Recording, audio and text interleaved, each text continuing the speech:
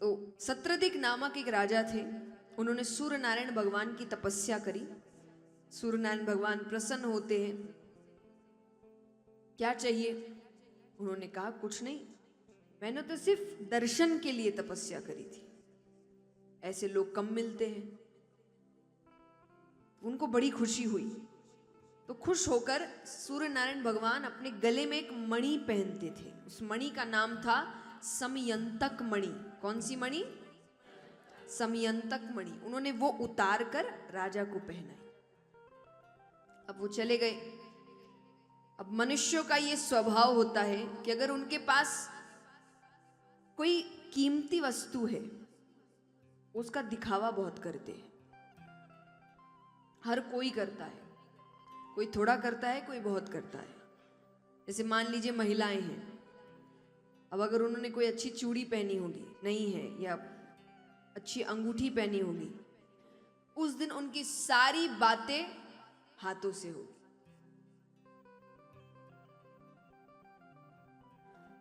जहां वो साधारण दिनों में कहती होंगी कि भाई यहां सामान रख दो या कहां गए थे, उस दिन कहेगी यहां रख दो। कहां गए थे, कितना समय हो गया, हर चीज। तो हर चीज। और अगर मान लीजिए गले में कुछ पहना होगा तो बार बार उसको ठीक करेंगे। पुरुष भी कम नहीं है, ये अच्छे अच्छे फोन खरीदते हैं, तो ना फोन आया होता है, ना मैसेज आया होता है, पर अगर आसपास कोई दिखे तो जबरदस्ती जेब से निकालेंगे कि सामने वाला देखे कि भाई हाथ में महंगा फोन है। तो दिखावा सब करते हैं। तो यहां पर राजा भी अब क्या कर रहे हैं, जहां भी जाए वो मणि पहन कर जाए, और जैसे ही उसको आसपास लोग दिखे वो बार बार उस मणि को ठीक करने लगे, सीधा करे, उल्टा करे, सीधा करे, उल्टा करे। अब इतना कोई करेगा तो सामने वाले की नजर तो पड़ेगी, और नजर पड़ेगी तो वो मणि थी इतनी सुंदर कि लोग उसकी तारीफ करते कि भाई कितनी सुंदर मणि पहनी है, और तारीफ करते तो राजा को बड़ा अच्छा लगता। अब एक दिन वो एक सभा में गए, भगवान तो अभी भी लीलाएं कर ही रहे हैं, तो भगवान मथुरा के राजा है, द्वारका के राजा है, भगवान भी आए सभा में, सभी राजा आए थे। तो सत्रदिक राजा भी आए। अब वो वही हरकतें कर रहे हैं अपनी, वो बार बार ठीक कर रहे हैं, सीधा करे, उल्टा करे। भगवान की नजर पड़ती है, भगवान को हंसी आ गई कि कैसी मूर्खों वाली हरकतें हैं। आज एक साधारण कोई वस्तु हो जो कीमती है आपके पास, उसका दिखावा करना चलो कोई बात नहीं, पर ये किसी देवता की मणि है, एक तरीके से ये एक आशीर्वाद है, इसको तो संभाल के रखना चाहिए था, जिसका वो दिखावा कर रहे हैं इस तरीके से। तो भगवान को हंसी आ गई और भगवान हंस दिए। हंस दिए तो राजा की नजर पड़ी, उनको बात अच्छी नहीं लगी, लेकिन बात आई गई हो गई। अब कुछ दिनों बाद राजा के भाई शिकार खेलने जाते हैं, वो मणि पहनकर, माने इतनी आदत हो गई है उनको मणि की कि हर जगह जा रहे हैं मणि पहनकर जा रहे हैं। तो शिकार खेलने गए, मणि पहनकर जाते हैं, आगे जाते हैं तो एक शेर मिलता है। सैनिक इधर उधर हो गए थे, तो शेर ने उनके भाई को मार दिया, वो मर गए। अब वो मणि लेकर शेर चला गया। शेर थोड़ी दूर गया कि शेर का मिलना एक रीछ से होता है, उसने शेर को मार दिया। अब वो मणि लेकर चला गया, अपनी गुफा में जाकर अपने बच्चों को उसने वो मणि खिलौना स्वरूप दिया। वो खेल रहे हैं, कोई इधर से फेंके, कोई उधर से फेंके। अच्छा, ये रीछ कौन थे? जामवंत जी, पता है ना आपको, जो राम जी के साथ थे, भालू जैसे दिखते थे, जामवंत जी। तो ये रीछ वही थे। उन्होंने अपने बच्चों को वो मणि दे दी। राजा को पता चलता है, राजा जंगल पहुंचे, भाई का शरीर तो मिल गया पर मणि गायब है। तो किसी ने पूछा कि देखो जानवरों को मणि से क्या लेना देना, जरूर किसी ने मौके का फायदा उठाया है, तो तुम्हें किसी पे शक है? वो कहे शक तो किसी पे नहीं है, बोले अरे किसी ने मणि को देखकर अजीब हरकत की हो। हरकत तो एक ही ने करी थी। किसने? बोले कृष्ण ने। उसने तारीफ भी नहीं करी और वो हंस रहा था मुझे देखकर। भगवान के दुश्मन कम नहीं है। लोगों ने कहा अरे वही चोर है। हाँ, वो बचपन से वो तो प्रसिद्ध है, जाओ वृंदावन में सब चोरी कहते उसे। भगवान तक खबर पहुंची। भगवान कहते वहां चोरी करता था तो नाम पड़ा था, यहां तो बिना चोरी किए नाम पड़ गया। भगवान आते हैं मणि को ढूंढने के लिए, तो भगवान देखते हैं कि जहां उसके भाई का शरीर पड़ा था वहां से शेर के पैरों के निशान जा रहे हैं। भगवान उसके पीछे पीछे गए। वो खत्म होते हैं कि रीछ के पैरों के निशान शुरू होते हैं। भगवान उसके पीछे पीछे गए, उस गुफा तक पहुंचते हैं कि दूर से ही वो मणि चमक रही है। भगवान अंदर गए, जामवंत जी से मिलते हैं। उन्होंने कहा कि मुझे वो मणि चाहिए। बोले नहीं, मेरे बच्चों को अच्छी लग गई है, मैं उनको दुखी नहीं कर सकता। भगवान कहते वो कोई खेलने की वस्तु नहीं है, वो एक देवता की मणि है। उन्होंने कहा इतना है, युद्ध करो, ले जाओ। तो दोनों के बीच युद्ध होता है। युद्ध कैसा? मल्ल युद्ध, कुश्ती, यानी एक एक सेना नहीं आएगी। तो दोनों युद्ध कर रहे हैं।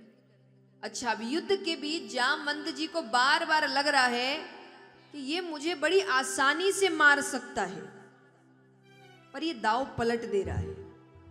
दाव खेलते हैं ना कुश्ती में, तो भगवान अब जिसके साथ आप युद्ध करें आपको समझ आ जाता है कि वो कितना शक्तिशाली है।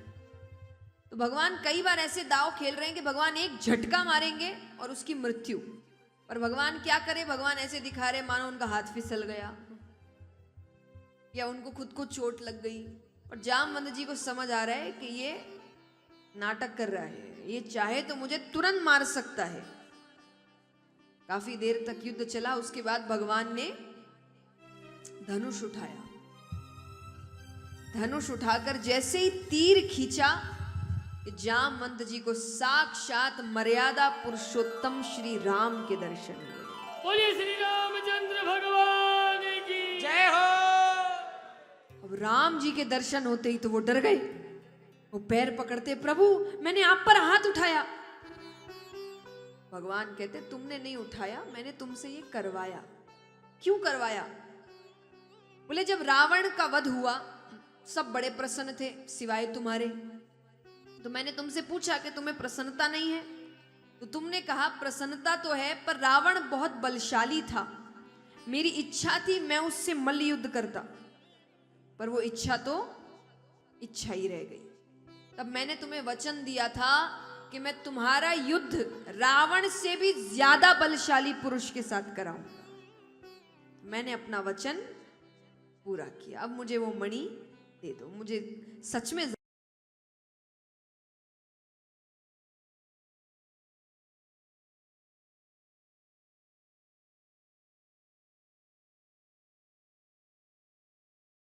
लगे हैं। तो उन्होंने कहा दहेज में दूंगा। भगवान कहते दहेज का मतलब समझते हो?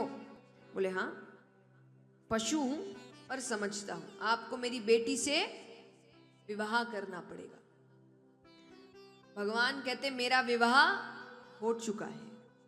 बोले आपने कौन सा यहाँ पे मर्यादा पुरुषोत्तम होने का व्रत लेकर रखा है? कृष्ण अवतार में तो मर्यादा भगवान ऐसे जो चाहे कर सकते हैं, उन्होंने तो बहुत नियम तोड़े हैं। तो उन्होंने कहा कि यहाँ आपने कौन सा मर्यादा पुरुषोत्तम होने का व्रत लेकर रखा है? हाँ, अगर आप कहे कि मेरी बेटी में मनुष्य वाली सुंदरता नहीं है, वो रीछ है, तो फिर आप मना कर सकते हैं। अब ऐसा कह दे तो भगवान कहते मेरे लिए तो सभी सुंदर है। क्योंकि देखिए भगवान के लिए कोई भी बदसूरत कैसे हो सकता है? क्योंकि सबको भगवान ने बनाया है, वो खुद कोई खराब चीज बनाएंगे? और इसीलिए आप देखिए हर व्यक्ति अलग दिखता है, हर कोई अलग है। इसका अर्थ क्या है? भगवान कहना चाहते तुम अपने आप में सुंदर हो, क्योंकि मैंने तुमको बनाया है, सोच समझ के बनाया होगा। अगर उनकी नजर में कोई एक ही चीज सुंदर होती तो सबको एक जैसा बनाते, और उन्होंने सबको अलग बनाया। तो भगवान कहते मेरे लिए तो सब सुंदर है। तब उनका विवाह जामवंत की पुत्री जामवंती के साथ होता है। अब सत्रदिक राजा के पास आए, उनको मणि देते हैं। उन्होंने कहा मुझे माफ कर दीजिए। भगवान ने कहा मैंने माफ किया। बोले ऐसे नहीं, मैं तभी मानूंगा आपने मुझे माफ किया जब आप मेरी बेटी से विवाह करेंगे। तब भगवान का विवाह सत्यभामा के साथ हुआ। ऐसे ही कालिंदी, सत्या, श्रुति, लक्ष्मणा 8 विवाह भगवान के होते हैं। बाकी बचे कितने? 16,000। एकली खड़ी रे मीराबाई, एकली खड़ी ओ, एकली खड़ी रे मीराबाई, एकली खड़ी, एकली खड़ी रे मीराबाई, एकली खड़ी ओ, एकली खड़ी रे मीराबाई, एकली खड़ी। मोहन आवो तो सरी गिरधर, आवो तो सरी मोहन आवो तो सरी गिरधर, आवो तो सरी। माधव रे मंदिर में मीराबाई एकली खड़ी। मोहन आवो तो सरी गिरधर, आवो तो सरी। माधव रे मंदिर में मीराबाई एकली खड़ी।